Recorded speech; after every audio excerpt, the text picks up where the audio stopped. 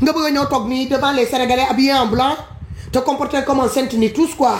avec tes petits visages là quand on le voit on se dit que non on va tuer tous nos parents et on va l'adopter quoi ce gars là. Tu penses que les Sénégalais sont amnésiques? Si toi tu es dans le déni de ton comportement médiocre, c'est ñàkk sa télé bi, tu penses que les Sénégalais sont assez stériles pour ne pas voir clair dans tes jeux? Tu penses que les Sénégalais sont assez stériles pour ne pas comprendre que tu es dans la manipulation? Tu penses que les Sénégalais sont assez stériles? Ils sont dans le déni comme toi pour ne pas voir que tu es en train de préparer quelque chose qui va jamais arriver. Tu seras un suiveur. Tu ne seras pas un leader. Tu le mot leader. Mais tu n'es pas un leader. Non, non. Un leader, c'est quelqu'un, c'est un winner. Pendant que tu n'es pas un winner, tu es un loser. Tu es un loser. Tu es né pour suivre. Les gens même de passif, ils commencent à se rendre compte qu'ils se sont trompés de personnes. Ils se sont trompés de personnes. Le peuple sénégalais t'a fait. Ils ont fait le bail qui est en toi. Aujourd'hui, ce que tu représentes là, c'est grâce à ce bas peuple. Tu les dois beaucoup. C'est pas ça. D'où ça juddou, d'où ça yaay. Don tok ba mu neex sa kër baay jox ko mu lekk. Du lum ko seyal. Du sa parcours de vie. Du fi nga tollu actuellement. Sénégalais defar loo leen dara. Luñ la war a mën a xoolee ñu ne kii de macha allah moo fi créé woon lii jël ci nangam employé def ci lii def ci laa. Ce système-là que tu as toujours insulté, ce système-là t'a fait, a fait tes deux parents, t'as fait toi-même. Ce même système-là aujourd'hui qui continue de te nourrir. C'est le même système-là qui continue de te nourrir. Et cette mère-là qui continue de te nourrir, vu que tu ne sais pas t'abstenir, tu ne sais pas ce que c'est savoir raison garder, tu tapes sur tout ce qui bouge, tu es dans l'émotion, tu ne connais même pas ta place. Tu vas même jusqu'à usurper une place qui ne te revient pas de droit, qui est la place d'un président de la République. On t'appelle monsieur le président. Tu ne dis pas à ces gens-là, tes disciples-là, pour leur dire que non, je ne suis pas le président de la République, je suis le premier ministre. Pourquoi tu ne demandes pas à Bassirou Diomaye Faye d'occuper sa place de président de la République, de s'asseoir confortablement dans son fauteuil de président de la République? Hello? Dadi maa ngi en direct après ma woo la léegi ma pare. Mais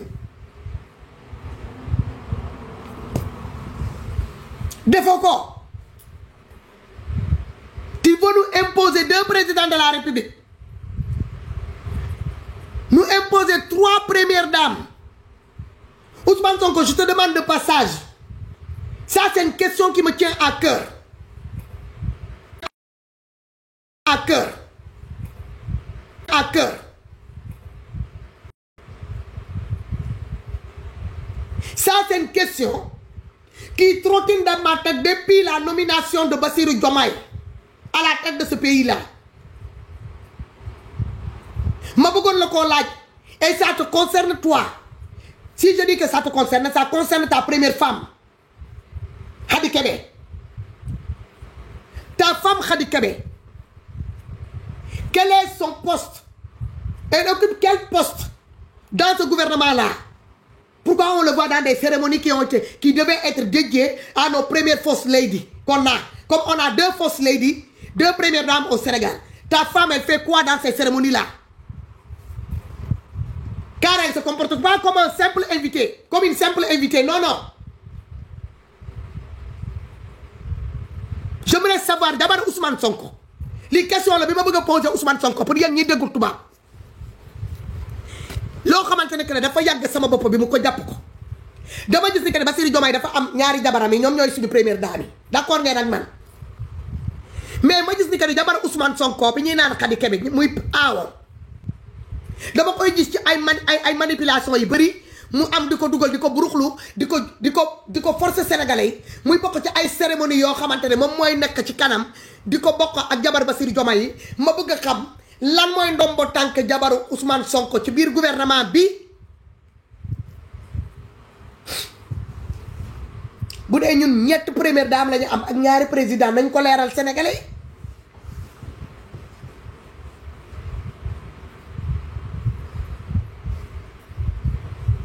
bu jabar Bassirou Diomaye yi génnee demee fële ci cérémonie yële di suñu fausse lady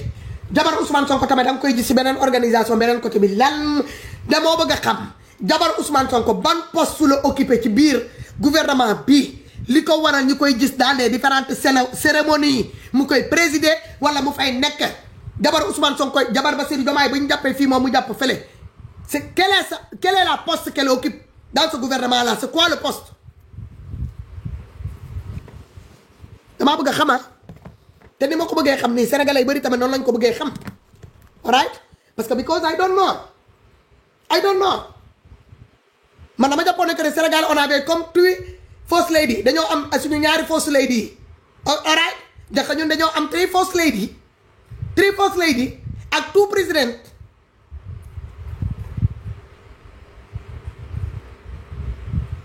lan mooy fucking joobu Khady Kébé ci biir gouvernement bi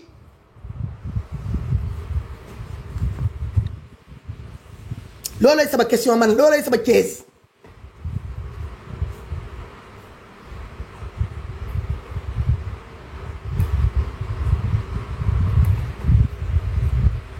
oui damay laajte Ami Libé non c'est pas parce que ça présente dans ces cérémonies là me dérange pas dama ko gis mu am ay posture mu am ay taxawaay ma gis ni que ne ñu ngi koy placer ñu ngi koy wone sénégalais ñu ngi koy proposer sénégalais ñu ngi koy imposer sénégalais di ko buruxlu ci biir yaa ngi dëgg liggéeyu première dame yi nekk ci ñi ànd ak ñi seen jëkkër doon président de la république ma bëgg a xam moom ban statut la am ci biir gouvernement bi ban ndombo tànk la ci am présence am bii ñu bëgg a forcer loo ko sénégalais yi à quel titre parce que gis nañ fi façon ministre bu nekk ñu fi jaar de Senghor ba Macky Sall seen jabar yi musuma leen gis fenn ci gouvernement bi ñu leen koy proposer sénégalais bu ñu amee seen liggéey yi ñuy def dañ koy dem defi soirée de gala ya ñoomi seen peut-être dinañ ñëw ñu convivier leen ñu ànd ak seen jëkkër yi that's normal that's okay mais nii laa bëgg a xam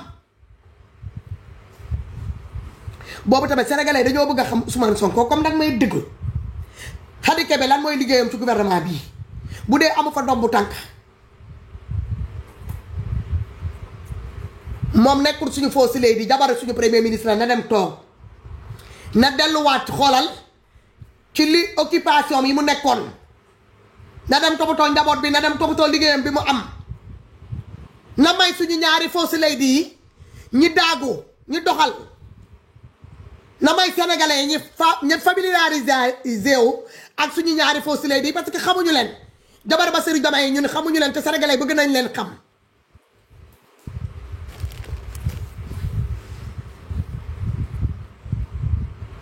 Abdourahmane oui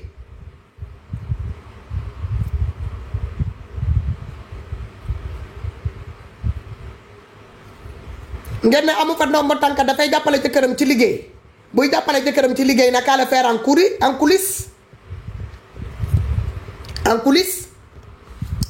fan ci dëkk bi fii fi ngeen nekk fii ci Europe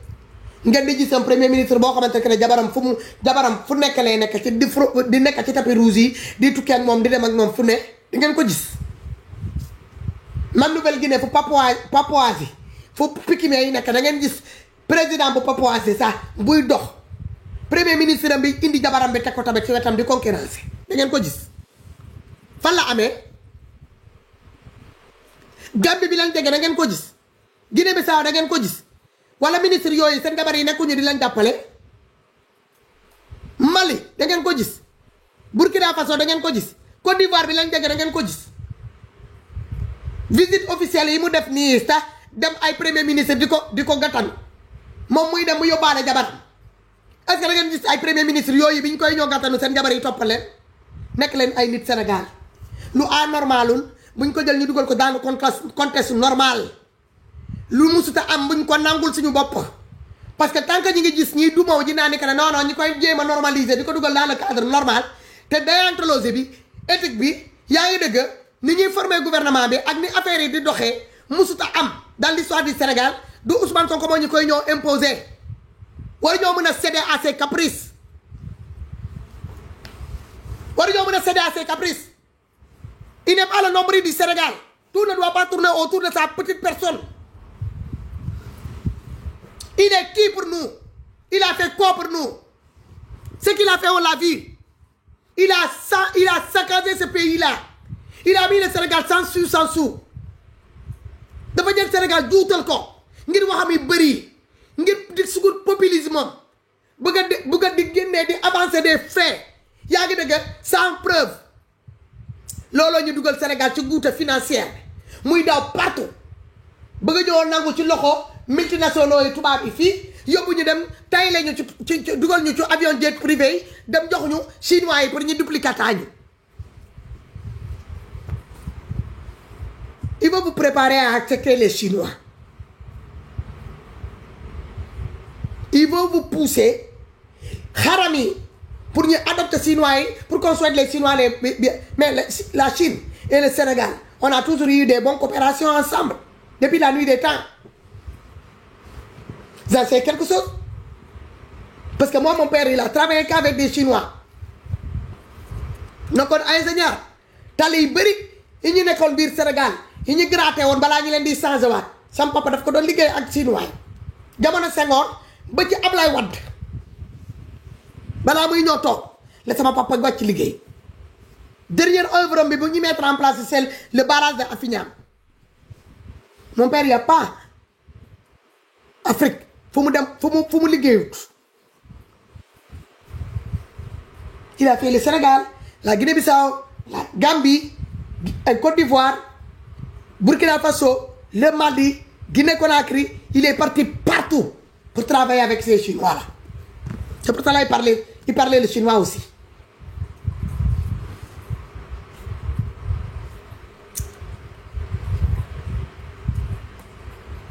Légui ñi tok guys kaay leen ma won leen benn affaire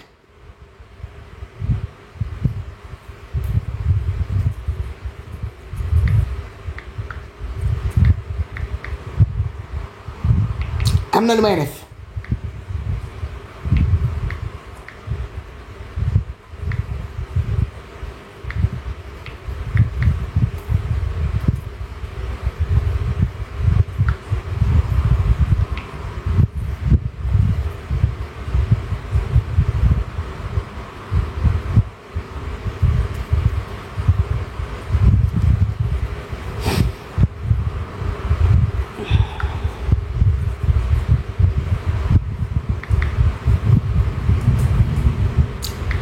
dafa am lu may def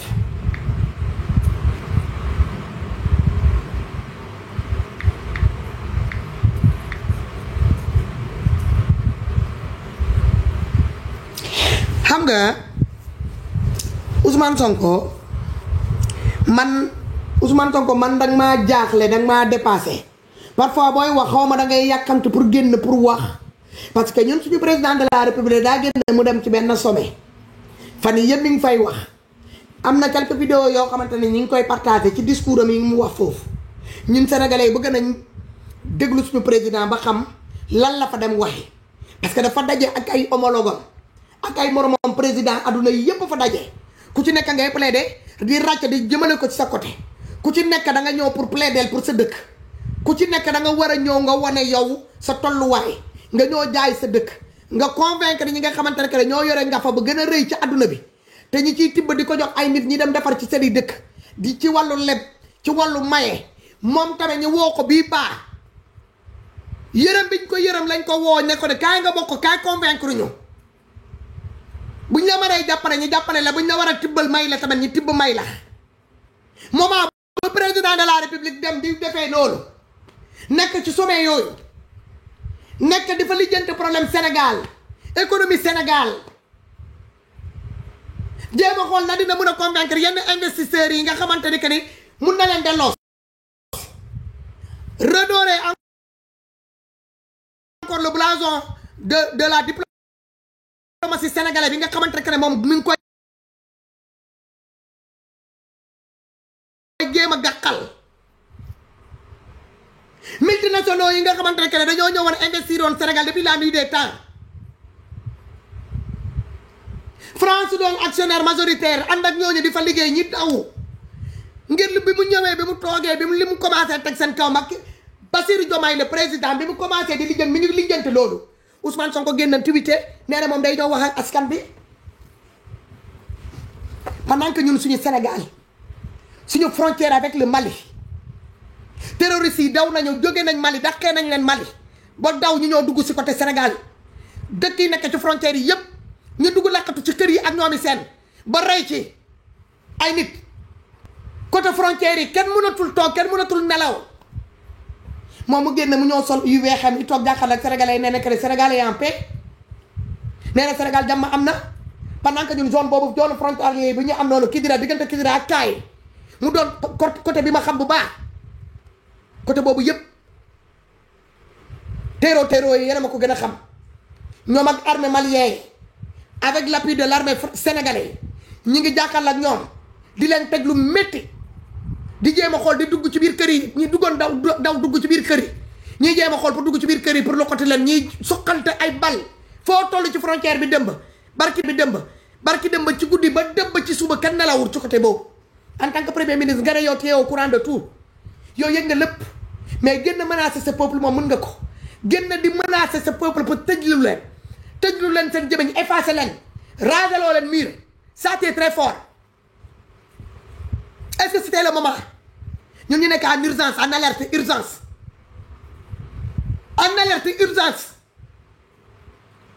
insurrection bi am ci côté frontière boobu war laa mën a tiital dem ba nga war a mën a woote réunion d'urgence avec les états-majors sénégalais yi nga am pour ñu renforcer suñu frontières yi bàyyi xel suñu frontières yi gën a mën a taxaw doon des sentinelles pour mën a protéger les populations et les biens parce que le mal a tapé à notre porte avant-hier nuit le mal est venu taper à la porte des Sénégalais nga génn encore waxoo sa li jëm ci loolu date ara soxal loi li jëntewloo ko te kuy Sénégalais dem ba ñépp ko yëg suñu voisins yi ñu ngi koy wax ci seen journal yi ñépp ko yëg nga génne comme si rien n'a été. Toi, c'est ta personne qui t'intéresse. Toi, il faut que tout tourne autour de ta personne. Il faut que tout tourne autour de ton nombril. Il faut qu'on parle de toi. Président de la République, ça n'a pas de vedette de Chiloham. Danga nangu vedette de Chiloham. Menace nga def rek bi nga nekké Chine doyna. Nga na yow bu la Yalla defal président comme Yalla defal président nga wara mëna tejj sa gat. Kenn wax Sénégal wala ñu wara wax dinañu néw. Yo yaay kan? T'as qui? T'es quoi? T'as quoi? Tu n'es rien, tu n'as rien, tu seras rien dans ce pays-là. Yalla sa xol la gis mu nit ko bu mu xam ni que ne li ngay ñod di doon ak li nekk liy refléter sa biir xol bi bokkuñu moo tax Yalla ne la yow da ngay bàyyi da nga ci ginnaaw ngay féetu ci ginnaaw ngay nekk ñu war a jiitu moo tax nga ne Yalla rek moo xam lan moo tax defuma Yalla nag li mu xam moo bari sa xolu ngaana bi sa xolu picc bi sa xol bu xat bi sa gaaw a mer bi sa gaaw a gis sa bopp sa gaaw a fayantu bi sa bëgg deret sa bëgg toroxal doomi aadama te Yàlla lu mu defar ci kaw suuf mu wàccee ko ci kaw suuf doomi aadama moo ko gën a loo gis ci kaw suuf te kuy bëgg a jël place am xool moom li mu teg ci loxom yaa ngi dëgg ci teranga te jaarale sabab boobu ci ay doomi aadama mu bëgg a jël loolu di ko puukare di ko jaayee doole di ko toroxale ay doomi aadama da lay won ni que ne yow doo moom mooy wax ci sama moom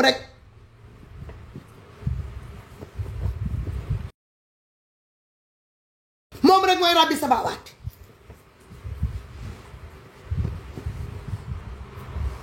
moom rek kum fay ko mu neex la mu naqari la moom mooy kun wallaahu ahadu bi allahu samad walam yulid walam yulad walam yakul lahu kufuwan ahad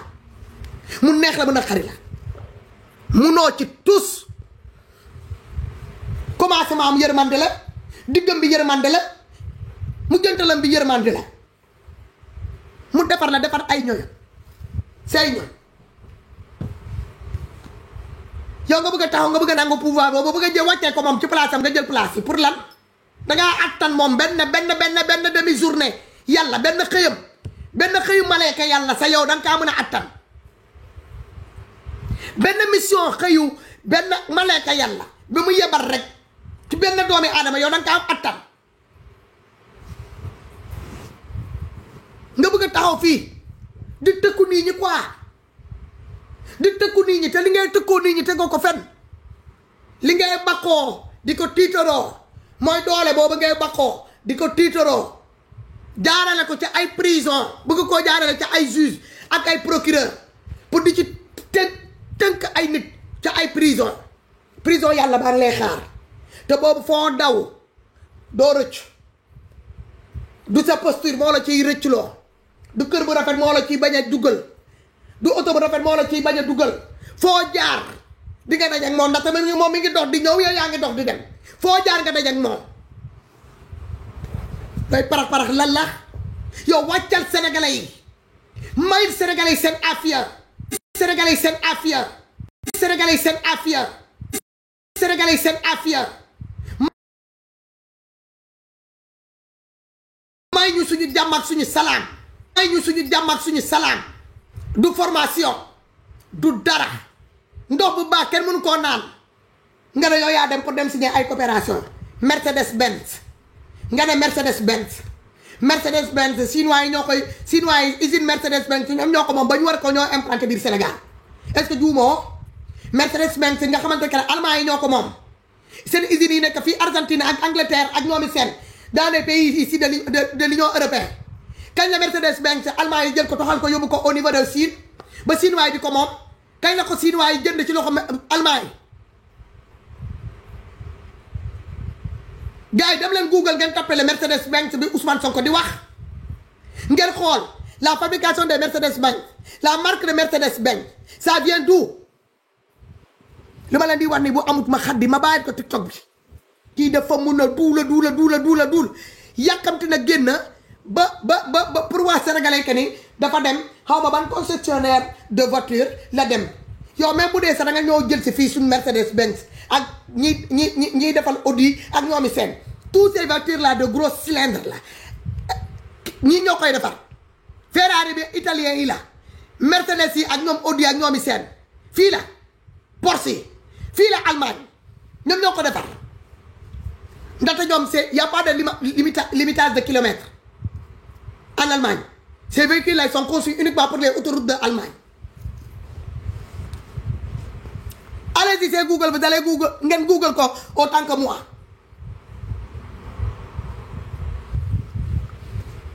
man dama jaaxle dama j'étais sidéré j'étais choqué bi ma déggee muy naa nekk ne waa gis waxtaan naa ak ñiy defar usine ñi yore usine de Mercedes Benz nee nañ Sénégal lañ koy ñëw kii foofu la ñuy ñëw def seen foofu la ñuy defee assemblage bi ak ñoomi seen ngay tiitaroo loo xamante ne que ne sa rakka bi Ibrahima Traoré barki de Mandiaye rek la jël dëkk bi en même pas 3 ans mi ngi ne la laa lay wax nii muy defar ay hélicoptère Médine Burkinabé di defar ay auto Médine Burkinabé actuellement auto bi nga xamante ne que ne moo koy yóbbu palais di ko yóbbu un peu partout c'est Médine Burkina Tesla fii la ñu yëkkate ay otom Tesla yaa ko gën a xam borom xaalis bi Elon Musk moo yónnee Tesla may ko Ibrahima Traoré ne ko ne teel sa cadeau bi soxla ma ko man Médine Burkina Faso bi moom laay dawal c'est écrit noir sur blanc ñëpp gis ko le cadeau de Elon Musk le multimilliardaire américain tubaab yi ñoo ko doon wax rejeté par le président burkinabé qui préfère encore rouler avec les marques de véhicules conçues dans son pays, assemblées dans son pays, marque d'origine burkinabé, que plutôt d'accepter un cadeau de Tesla. Sonko qui est you be you, my bro. You are a big liar. Professional liar. You are first Premier Minister liar. First Minister liar. You be you. You are hack. You are hack. You are mad. You're not gonna fana. Yen mi bokka ki judd. La famille Sonko depuis Bignona ba fele village. Do leen woo seen doom bi ngeen yóbbu ko boîte secret ngeen dem ngeen dëppal ko. Tonton Sidia Bignona yaa ngi may dégloo. Wool sa doom bi nga yóbbu ko nga yóbbaat ko encore boîte secret nga dem nga defaraat ko kii départ naa kii dafa am conflit avec sa propre personne. Il n'est pas en phase avec lui-même. Depuis au début, le gars là, il est atteint psychologiquement, physiquement, moralement. Le gars a besoin d'un psychologue. Le gars là, il a besoin d'un psychologue. Le gars, il n'a pas toutes ses facultés, il n'a pas toutes ses facultés en place, intactes. Le gars là, ces réseaux là ont disjoncté. Les malades ont l'air là. Il a besoin d'un psychologue et plus d'un psychiatre pour nous ausculter. T'appelles? Wala man ma djoum, xara ma dem ma Google ci li ma xamone. Ñu né le Mercedes-Benz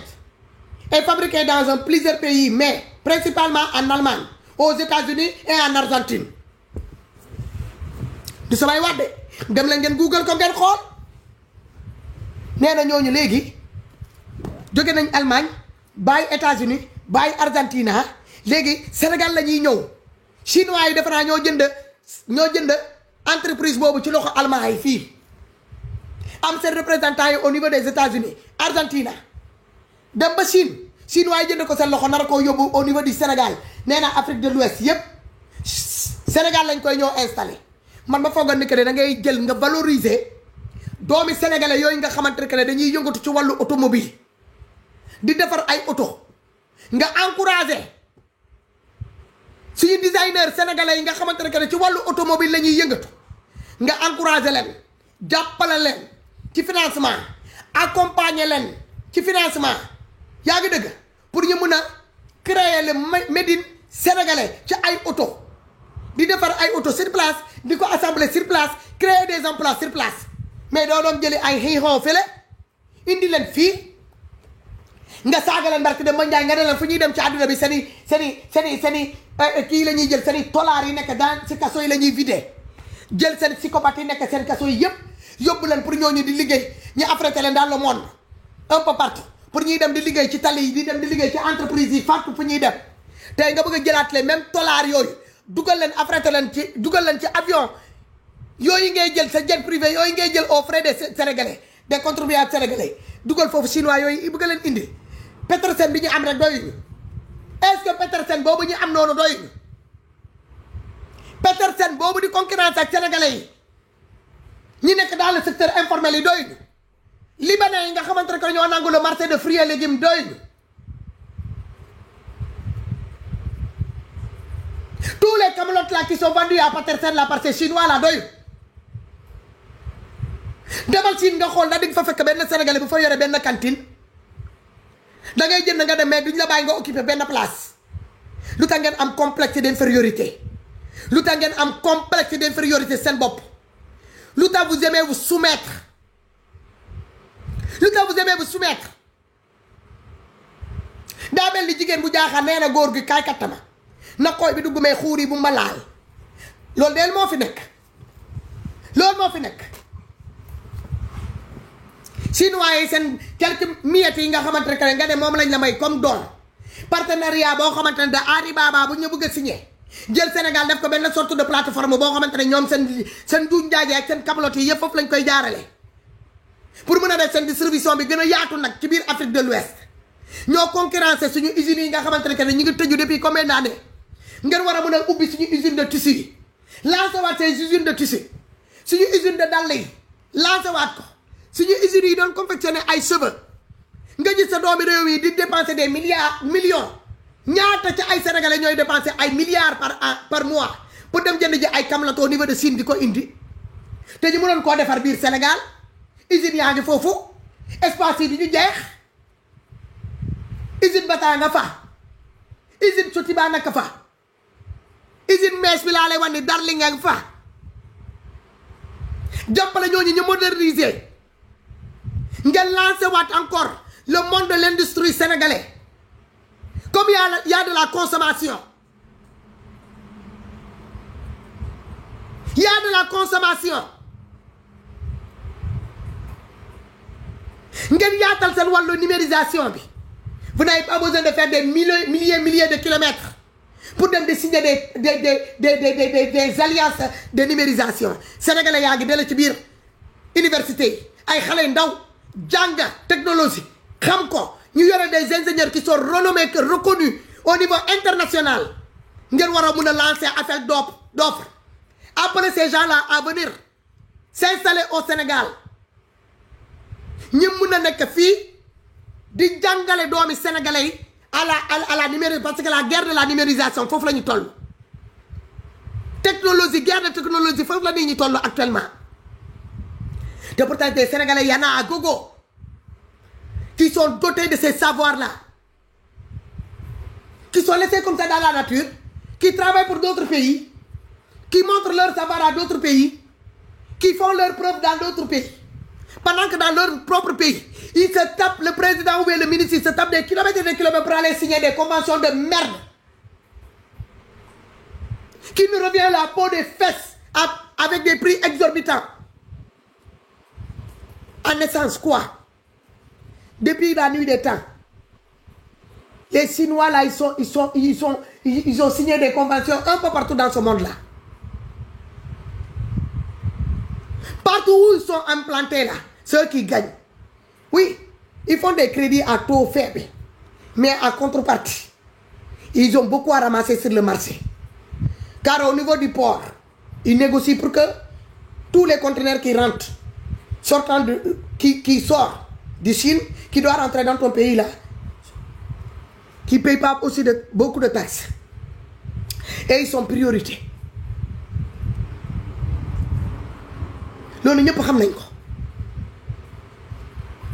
Il y a un pays là, j'ai oublié même le nom,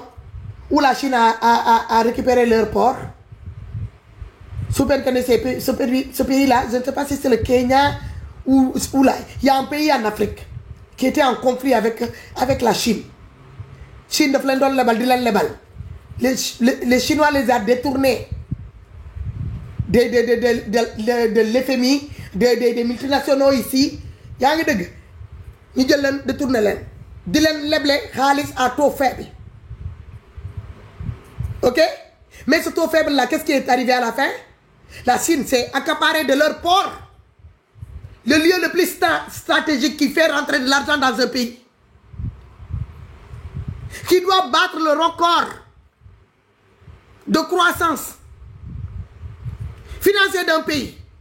Qui détient le record financier d'un pays. Le poumon d'un pays. Chinois, le pays même m'a échappé, j'ai oublié. Si vous êtes là, vous êtes informés, vous suivez des informations hors d'état du Sénégal là.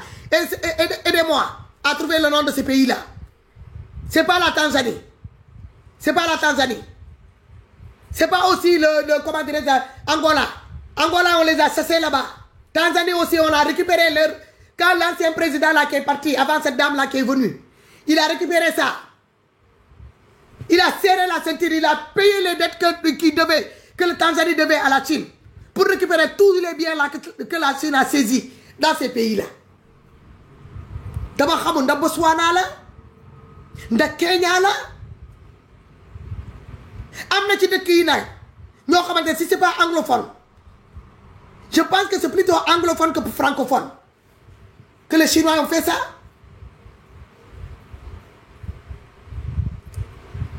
Les Chinois sont en train d'esclavagiser nos frères et sœurs sous nos yeux. On voit les Chinois qui maltraitent des Africains dans leur pays, qui les tabassent jusqu'à mort sans suite.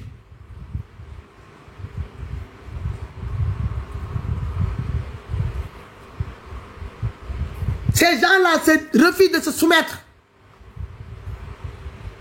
Ceux qui colonisent, mais ils n'acceptent pas qu'on les colonise. Ban boutique. Dans quelle boutique chinoise que tu vas rentrer, tu vas trouver un Sénégalais derrière le comptoir? Non. Tous les Sénégalais dans leur comptoir là, c'est des boudouman. Tu vas dans les boutiques libanais aussi, c'est pareil. Doo dem ci benn boutique libanais nga fekk Sénégalais moo téye keesam moom moo fay toog Sénégalais mooy yëg moo buujumaan la ko def ci boutique am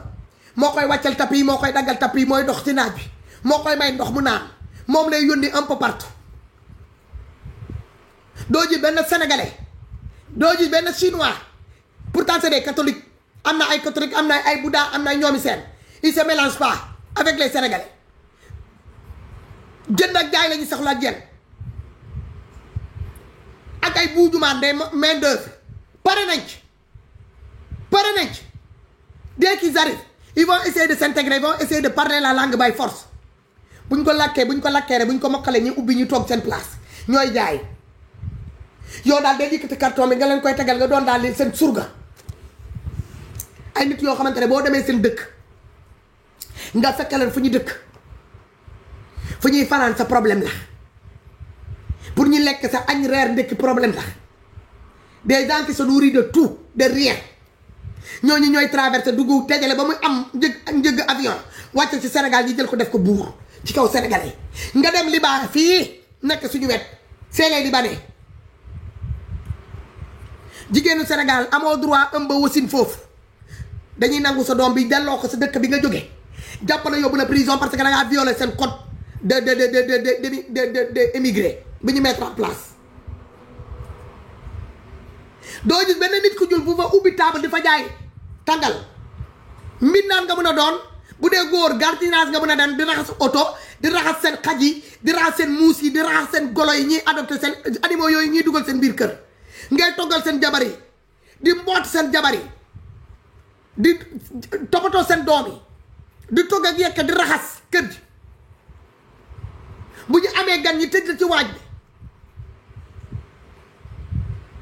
di la fooyee seen doom yi di leen violer ana seen convention mooy wax nga may naan Mauritanie yow bi nga jógee Mauritanie xanaa li xew Mauritanie gisoo ko woon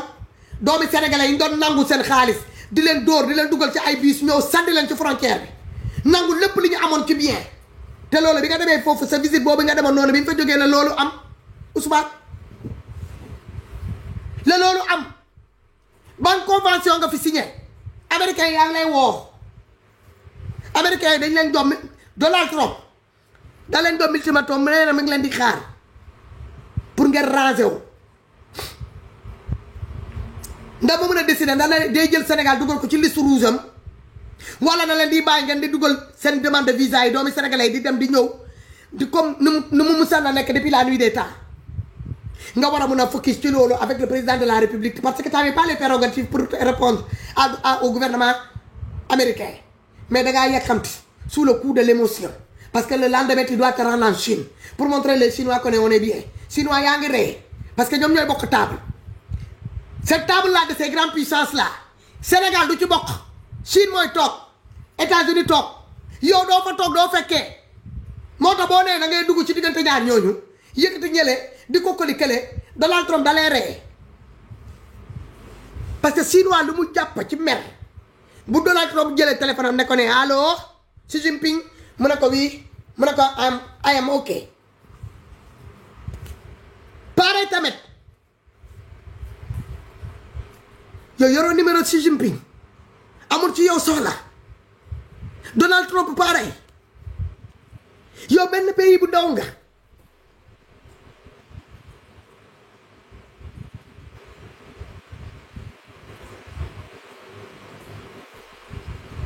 merci beaucoup Cameroun Nigeria Togo yaa ngi dégg merci beaucoup Thioro Diop thank you so much chinois yi noonu la ñuy defee ñoom bu ñu ñëwee moom dañuy xool les endroits les plus stratégiques moom nga leen di jox en essence de garantie ñoom garantie la ñuy laaj de boo bëggee ñu lebal la xaalis dañ leen a jox ñu support autonome en tant que garantie boo demee ba mënatoo fay fii que ni sa taux de garantie de paiement bi ëpp na les 100% d'après li nga wax ñoom mën nañ leen laajal de retour garantie comme France du leen garantie waat saaga nga France yaa ngi noonu fenal nga Sénégal auprès de FMI FMI ngi lay topp depuis daaw ba léegi de ça fait 1 an 6 mois bientôt FMI ngi lay topp nee na la nga indi leen garantie que ni les chiffres bi Macky Sall toogee les 12 années de Macky Sall à la tête de ce pays-là, tous les chiffres que Macky Sall présentait chaque année-là, c'était des chiffres erronés, falsifiés. Nous avons des chiffres exacts. Nous avons des chiffres. Si vous avez ces chiffres-là, vous avez que dañ leen doon enculé pendant des années pour ñu mën ci jàng bàyyi ci xel ba tey ba suba ba ginnaaw suba génnewuloo benn kayit bi nga leen di jox non l'FMI t'a pas bloqué l'FMI bëggul l'FMI vous a pas bloqué ils veulent pas, c'est pas parce que l'FMI ne veut pas vous donner de l'argent, il veut pas prêter l'argent au Sénégal, il veut pas vous donner quelque chose. Même xaalis bi ñu leen doon jàppale sa Sénégal di ko doon jàppale Sénégal gratuitement di leen ko doon may. Si l'argent là est bloqué pour le moment, pour le débloquer, c'est aussi simple que ça. Tu as avancé des choses. Dans le temps où FMI, gouvernement, surtout le gouvernement de Macky Sall, nous avons donné des chiffres. C'était des faux chiffres. Erronés, falsifiés, gonflés pour faire du genre. Nous, on a des véritables chiffres. Et on va vous démontrer par où ils sont passés pour vous faire, pour vous entuber. Nous avons le tuba. Puis la parole, il a donné des milliards, il a donné may. Qu'il a donné des halisam, il a donné des France n'est que faux. Nous avons France, nous avons France, nous avons comme complice. Les agents de cette FMI là, nous avons commencé que nous sommes sur place, nous avons tout khalis, nous avons di surveiller sen khalis. Auprès de investissement yooyu ngeen xamante ne moom ngeen leboon xaalis dina ko def foog ngeen koy dugal ñooñu di contrôler loolu de temps en temps ñi ñëw di leen fëgg seen buntu yi dinaa ñëw lañ ñi ngi fii demuñu ñi ngi fii ñu leen bàyyi xel ngeen jël ñooñu yëpp dugal leen ci benn mbuus bi nee na que ay fenkat la ay njuujkat lañu France sàcckat la parce que moom moo ànd nag ñooy Macky Sall gouvernement yi fi ne woon di doon falsifier chiffres les agents là nommés par la FMI ñi représenté FMI foofu ñooñu tamay sont complices. Tous ces banques-là, il y a des banque mondiale, banque qui la banque centrale, l'UEMOA, la CEDEAO, tous ces gens-là, ils font partie de ces complices-là parce que nous sommes beaucoup dans le pays. Nous avons une sorte de groupe d'association des malfaiteurs. Nous avons gannaaw Macky Sall muy gonfler ay chiffres, di fen, di njuuj njaaj, ñële yëpp couvrir ko. FMI waxul dara de banque centrale waxul dara dañ la ne li ngeen wax duñ leen ne amut mais ñun niñ koy defee te lu ñu bëgg def dañoo bëgg mu leer bu ko defee ñun ñu jël suñu matuwaay Macky Sall mi ngi fii deewut mi ngi dund ñun on sait comment faire pour récupérer nos dus léegi comme ñun doo génne woon suñu xaalis ñu leble ñu fenn léegi yow war ñu ñoom nan la ñu def ba ñu fenn nan lañu def ba ñu complet chiffre comme ça ñun ñu jàng ci bu ëllëgee mu ñu bañ ñoo dalaat nga def ni que ku ñu suba ku ñu nar a dem di ko signal di signal moom ay bor ak ñoomi seen ku ko war a garanti ku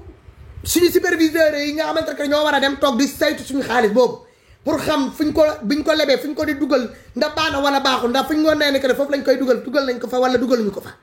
ñooñu yëpp ñu mun leen tàggat pour ñu mën a bàyyi xel ci lu bëri. ngeen tële depuis boobu ba léegi FMI mi ngi leen di xaar yeneen banque yaa ngi leen di xaar léegi fan nga mujjee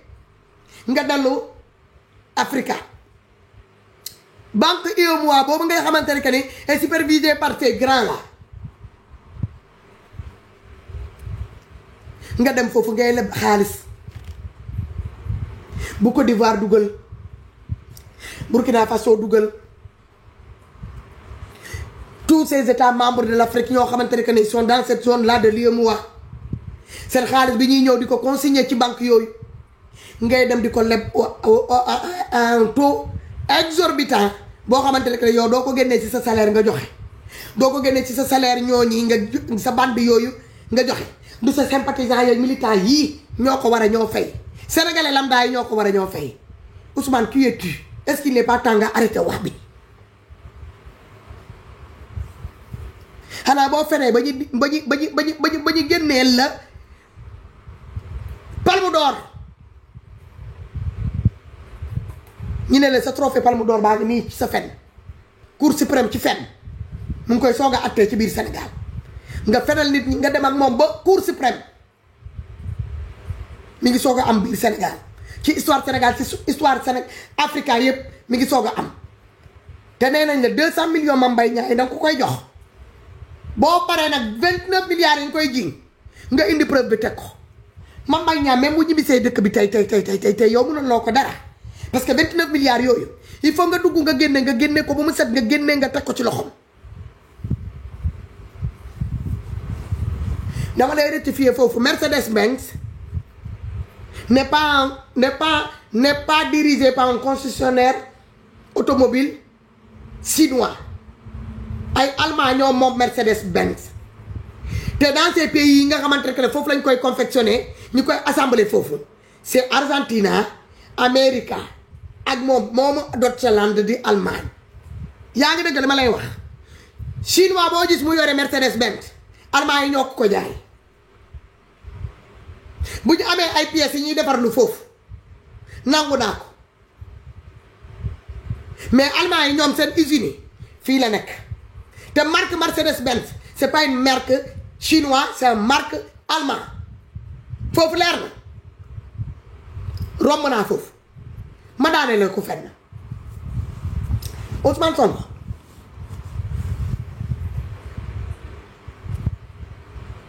détenu politique yi nga yore ca biir kaso bi est-ce qu'il n'est pas temps nga bàyyi leen ñi ñibbi falaa koy daanele détenu politique yi doomi sénégalais yi nga jàpp tëj ko ci biir kaso yi tëj leen ci biir kaso bi may leen ma def benn parenthèse foofu El Malick ma tontu ko El Malick Ndiaye yow doo rus amoo rusukaay yow benn imbécile notoire boo xamante ni ramassé dans la nature ñu jël la dugal la ci assemblée bi te kenn waxu la lan mooy sa liggéey ci biir assemblée bi plénière bu amee day dugg nga bu plénière bi jeexee dugal ca internet bi nga xool sa vidéo yi nga xool sa récit tu dois avoir honte de ce que tu es de ce que tu représentes. Tu n'es pas n'importe qui donte di que ne sa jàng ak taxul nga am fi nga toog noonu fa tey boobu nga toog noonu du sa jàng du sa juddu du sa jaar-jaar du sa cursus scolaire du sa xam-xam du diplôme boo am bu la fa toogloo sénégalais yi encore ak seeni mbaaxaay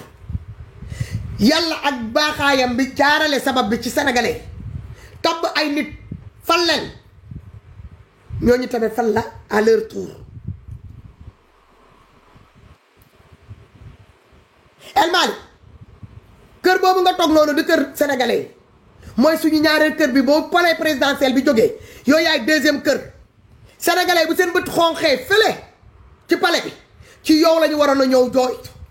nga fompal leen seen rongoñ nga ànd ko ak su député yi nga fompal leen seen rongoñ na fekk nga mat kilifa nga tëddaay kilifa nga tëdd jaaxaanaay nga bañ a féetale sa bopp fenn.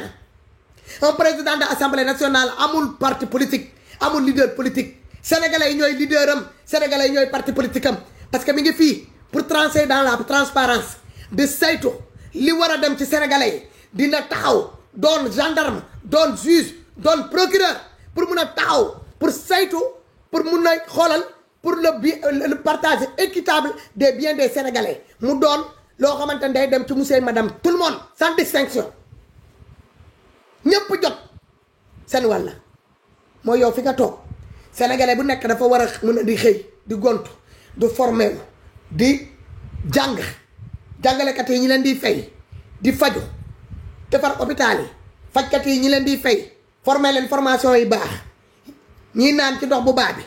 nga taxaw tem xool lan la ñuy def ba ñun suñu ndox bi ñu delloo si ko suñu ndox Sénégal rek Afrique rek ngay dem nga gis ni que ne ndox bu dëkk bi waa dëkk bi di naan ay nit yi jóge beneen dëkk ñoo koy gérer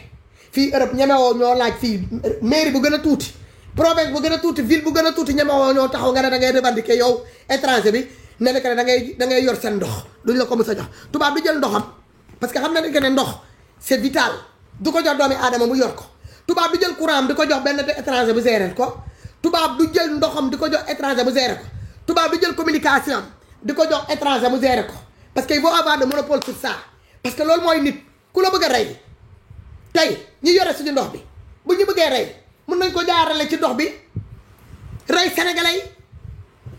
ku bëgg a yàq population sénégalais sot jox leen ay feebar ci ndox bi la koy jaarale ndete ndox mooy lépp boo dee salaamaaleykum ci àdduna nga gane si àdduna ndox moo lay ndox lañ lay accueillir ngay génn àdduna ndox lañ lay yóbbu lañ lay kiyee moom lañ lay mujjee kiyee sa commencement ndox sa mujjantal bi ndox te mënoo toog depuis ci suba ba ngoon jot te yow doo soxla ndox dafa vital mu am place boo xamante ni que ne daf koo occupé ci doomi aadama loolu boo leen ko yëkkatee ngeen jël ko ngeen bazarde ko jox ko ay nit ñi gérer ko ngeen jël ndox bi beneen côté ngeen jox ko tubaab yi ñoom ñu yor ko SDE français yi yor ko beneen côté bi ngeen jël ko jox ko ay libanais liban nga xamante ne que ni sa doomi nit ku ñuul amu fa droit teg fa table baan ñoom ñoo koy yor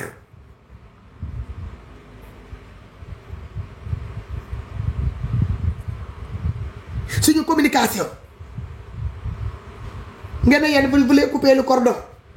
souveraineté bi ngeen di revendiquer président de la république foo ko fekk président de la république téléphone portable yi mu yor c'est pas made in Sénégal numéro téléphone bi ñu fa yore sa numéro téléphone boo xamante ne dafa xëy ñu jox ko xamoon numéro téléphone boobu fan la jógee pourquoi moom ñu jox ko numéro téléphone boo xamante ne que ne bokkut ak numéro téléphone yi sénégalais yi yor ligne bi ñu ko installé sax xamul ligne boobu sax kan moo ko installé le ligne daay les branché wu kii l'écoute au bout du fil xamut conversation yi muy am yan différentes escales yi lay am ngeen ñoo koy filtré xamut indem pour le président pour le premier ministre yéen seen communication moomu leen ko ay nit ñoo leen indil seen ñoo teg di leen jox ay numéro téléphone ngeen ciy woote yor installé leen seen ligne ñi leen di déglu ku dem yow premier ministre li ngay wax yëpp ci seen téléphone yooyu nga yor ak sa numéro yooyu nga yor Donald Trump mi ngi toog ci biiroom di la déglu Emmanuel Macron mi ngi toog ci biiroom di la déglu les 27 états membres de l'Union Schengen ñi ngi lay déglu chinois yooyu ngay wax sax c'est des ay puissance la mi ngi lay déglu parce que toutes ces grandes puissances là ils se partagent les gâteaux ils se partagent les choses yoo xamante ni que ne yow qui sont pas familiers yow loolu xamoo ko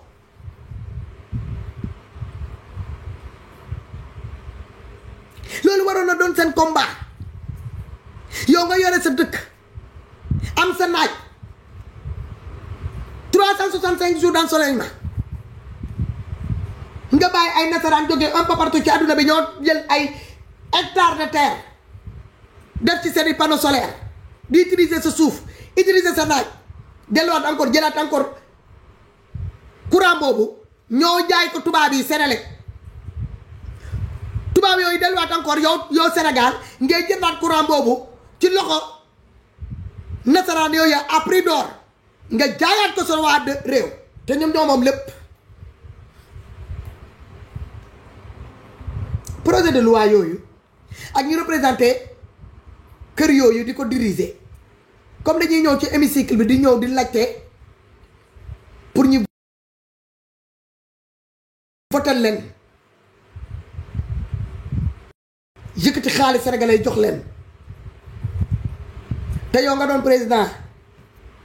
mu leer nag ne sénégalais lekk ñu ñi suuf naanuñu ci ndox bu baax bi courant baaxut jàng baaxut formation amul xëy gonto amut licenciement abusif bu am secteur boo mënti dem que ça soit secteur public comme secteur privé nga jéem a xool yow ban taxawaay ngay am nga éviter yenn discours yi nga éviter yenn wax yi mais matoo lu ñu lay doon lu ñu lay doyee t'es incompétent El Malick te ba pare ñorloo wéeroo mais ñoroo tamit say say nag yi nag naanu siwul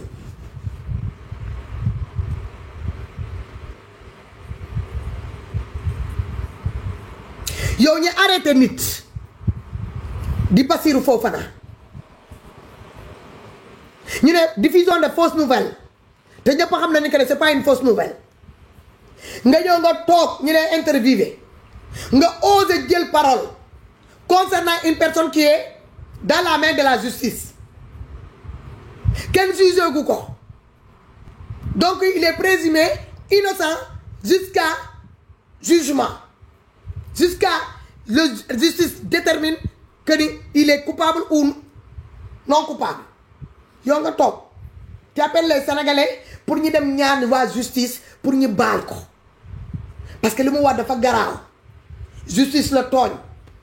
waa ji mu naan ni que moom la ñuy jël marché automobile bi ñu jox ko fi nga toog noonu ci sa interview bi man dama laa dégluwaat la man dama laa déglu mais dama laa dëgg xam nga mën nga déglu nit ki fekk doo ko dëgg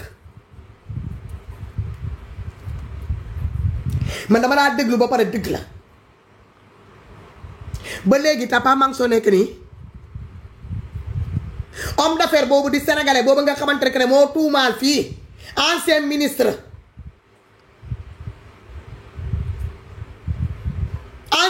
bu Macky Sall boobu Ismaïla Madior Diouf waxoon ni que ne kooku c'est pas lui qui t'a donné le marché de l'automobile de nos députés ba léegi waxoo loolu côté boobu moom mentionné wuloo ko mais de ce fait que ni waa ji takkal nañ ko bracelet électronique boobu yow da nga ko confirmer mais ni moom nga jox malgré bracelet électronique boobu yow bi ñu ko takkal ci tànk en tant que vagabond en tant que quelqu'un qui corrompt tout le monde qui a corrompu jusqu'à corrompre un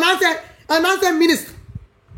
des Sénégalais yow en tant que président de l'Assemblée nationale kooku nga nar a dem boo signé woon sax marché ak moom nga dëgg ne il est mêlé dans des juum njaaj ci wàllu corruption yow da ngaa war a yaa ngi dëgg da ngaa war a annuler automatiquement sous l'honneur yaa ngi dëgg déontologie ak éthique bi avec la représentation bi nga représenter le peuple sénégalais dans cet hémicycle là c'est pas n'importe quel hémicycle qui est la deuxième maison des Sénégalais qui est notre Assemblée nationale. Et tu n'es pas n'importe qui là-dedans, tu n'es pas un simple député, tu es le président de l'Assemblée nationale. Donc demain tu es même habilité, si le président n'arrive pas, tu peux même être le président du Sénégal. Nga balayé ko ba mu set bañ a jël sa image di ko takkale ak image kooku du moment que y a eu un démêlé de justice là-dedans. Mais non, tu es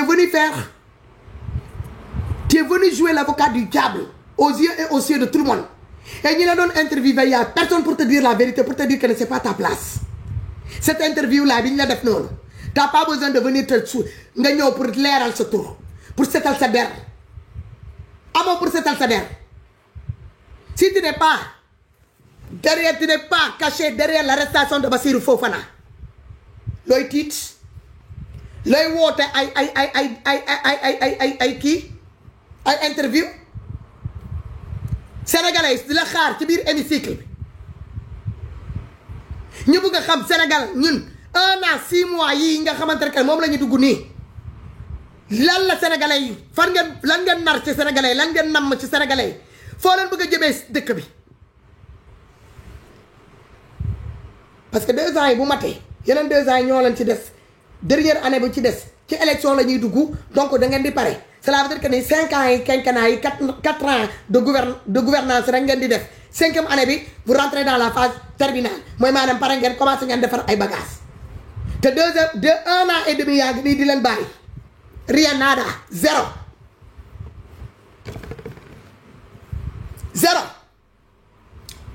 yaa ngi takk sa montre Rolex de 30 millions CFA wala bu ko ëpput sol dal la bu cher takk say lunettes de dernier cri sol sa yëre yu rafet xeeñ parfum yu neex nga toog woo say journaliste tànn say question ñu ne koy posé ngay tontu lu ci sa yoon ci justice yow yaa war a wax ñi bëgg Bassirou Fofana sénégalais yi nekk di défendre Bassirou Fofana li ñu war a def ak li ñu war a def si tu n'es pas mêlé de près ni de loin. Ce gars-là qui se nomme corrupteur là, qui va corrompre un ancien ministre.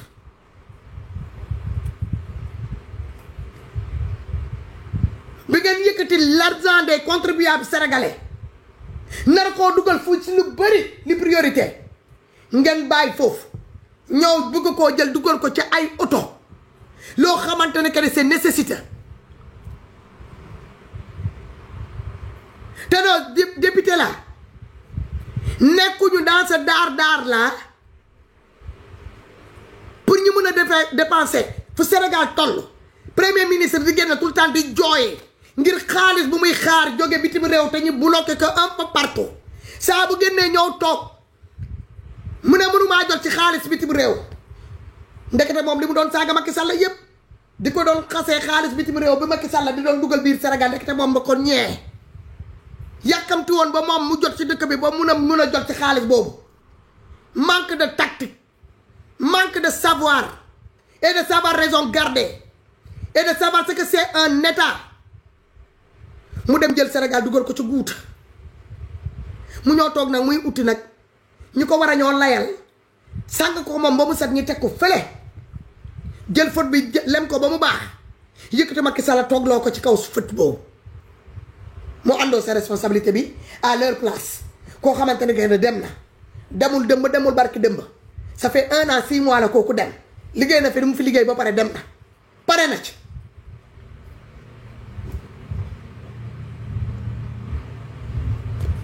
El Malick laajuñu la loolu dañ la ne yow yaa porte plainte Bassirou Fofana oui ou non de deux waa ji nga xamante ne que ne nee na moom moo corrompre Ismaïla Madior di ancien ministre kooku nga yëkkati xaalis sénégalais yi allant presque 8 milliards pour mu dem jëndal ko sa député yi assemblée nationale yi seen oto bi oui ou non loolu la député yi naroon a posé loolu la journaliste yooyu toogoon sa kanam loolu lañ la waroon a posé comme question waa ji moom moo yore le marché de l'automobile des députés moom nga ko jox oui ou non yow yaa porte plainte oui ou non c'est aussi simple que ça bu dee yow yaa marché automobile des députés waa ji nga ko jox war nga mën a taxaw ak sénégalais yi nga ñi laaj la lan moo tax un gars qui a été condamné par la justice, qui porte un bracelet électronique, qui est sous contrôle judiciaire, qui est parti dénoncer qu'il a corrompu un ancien ministre de l'ancien régime. Nous avons signé une telle projet, une telle marché à Coco. Nous avons une réponse. Il est limpide, clair et net. Sénégalais, comme vous avez dit, vous avez dit, man ma ne ko dëngante jubal dugal ko seen biir kër ngeen koy def jubal dëngal ko dugal ko seen biir kër ak seen biir poos yi moo ngeen nekk di liggéey depuis 1 an 6 mois toj ngeen seen kër yi yéen ñëpp di tabaxaat jënd seen oto yi rafet ma dëgg imbécile boobu di faale lu keetaa toog fële nee na moom tamit day légitimé ñooñu noonu nga xamante ne que comme moom mi ngi toj këram di ko tabax air plus lu mu musu toroon xalaat loolu la nekk di def di tabax moo tax mu bëgg a légitimer nee na ku doon am 500 francs tey nga xëy ñi lay fay 1 million 1 million boobu mën nga dugg banque ñi lebal la 200 millions nga dem defar sa kër moom fa la ko jàppee ñoom daal gëm nañu sénégalais ci daar bii 1 an et demi sénégalais di xiif di mar am problème faju am problème ci fan boo dem secteur informel bi commerce yi lépp suñu port baa ngi ne la katakay bi dara amu fa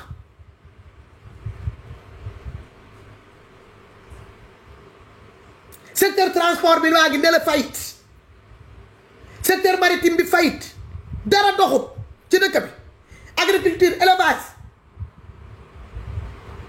dara demut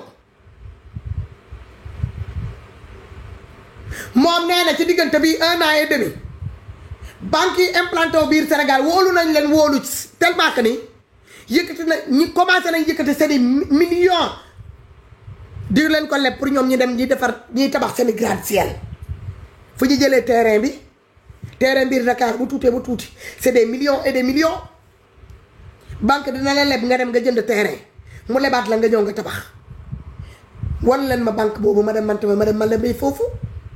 doo leen won sénégalais banque yooyu ñu dem foofu yéen mi ngeen xamante que vous êtes nommé provisoirement pour un durée en quinquennat de 5 ans banque Sénégal yooyu di leen leb ay milliards enseignant bi nekk fii pendant des années retraite rek moo koy génnee ci xilaafa bi mu toog noonu kooku day dem taxaw banque ñu ne ko duñ ko leb kooku 10 millions sax pour mu am ko banque problème la te pourtant il a des rentrées d'argent régulières chaque mois mooy maanaam salaire am te après salaire am boobu sax dina bu demee bu jëlee pencul bu jëlee retraite am dina laal pension kooku ñu bañal ko loolu policier bi ñu bañal ko douanier bi ñu bañal ko militaire bi ñu bañal ko gendarme bi ñu bañal ko pompier bi ñu bañal ko infirmière bi docteur bi sage-femme bi matron bi ambulancier bi blancadrier pédiatre bi ñooñu mën nañ leen bañal loolu yépp banque yi mën nañ leen bañal yéen mi ñuy nommé ay directeur PCA ay ministre temporaire pour un quinquennat une durée de 5 ans banque yi ubbil leen seen buntu dem ubbil leen seen coffre yi génnee millions sénégalais millions doomi aadama yi fa teg ñi di leen ko leb pour yéen ngeen dem tabaxee ku seen kër ci 1 an et demi bii ngeen ñoo toog dëkk bi dëgër kik